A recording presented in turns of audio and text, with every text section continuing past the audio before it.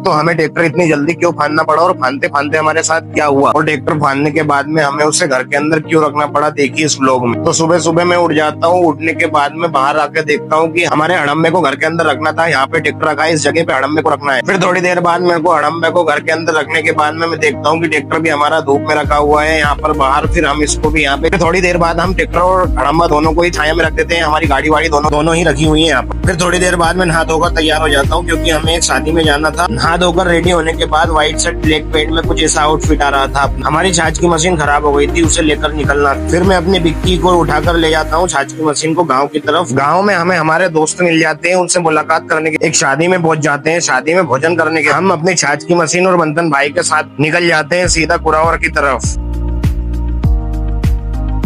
Tower से आने के बाद में घर पे आया तो लाइट वगैरह नहीं थी। फिर मैं बाहर जाके देखता हूँ तो यहाँ पे काफी घना मौसम हो रहा था बारिश का। ऐसे मौसम में मैं केरी वगैरह लेकर आ जाता हूँ और केरी खाने का आनंद उठाता हूँ। बारिश के मौसम में कुछ छींटे भी आ रहे थे। फिर थोड़ी देर बाद मैं बाहर आता हूँ और बाहर आके ट्रॉली वगैरह फाड़ने लगता हूँ क्योंकि हमें हमारे प्याज को लाना था। ट्रॉली फाड़ने के लिए मैं दादाजी के यहाँ जाता हूँ छोटे वाले, तो वहाँ पे से ट्रॉली फाड़ के ले आता हूँ। घर पर ट्रॉली लाने के बाद हम उसे बाहर खड़ा कर देते हैं क्योंकि हमारे पिताजी ने बोला हम सुबह प्याज लेने जाएंगे। फिर मैं उसको अंदर लेकर आ जाता हूँ और अंदर लाने के बाद में उसे ट्रॉली अंदर रखने के बाद हम गाड़ी लेकर बाहर निकल जाते हैं गांव की तरफ। फिर यहाँ पर मैं पैदल वगैरह जाने लग जाता हूँ। गांव में बाइक रखने के बाद में हम अपने दोस्त के यहाँ पे पहुंच जाते हैं उसका न्यू मोबाइल देखने के लिए।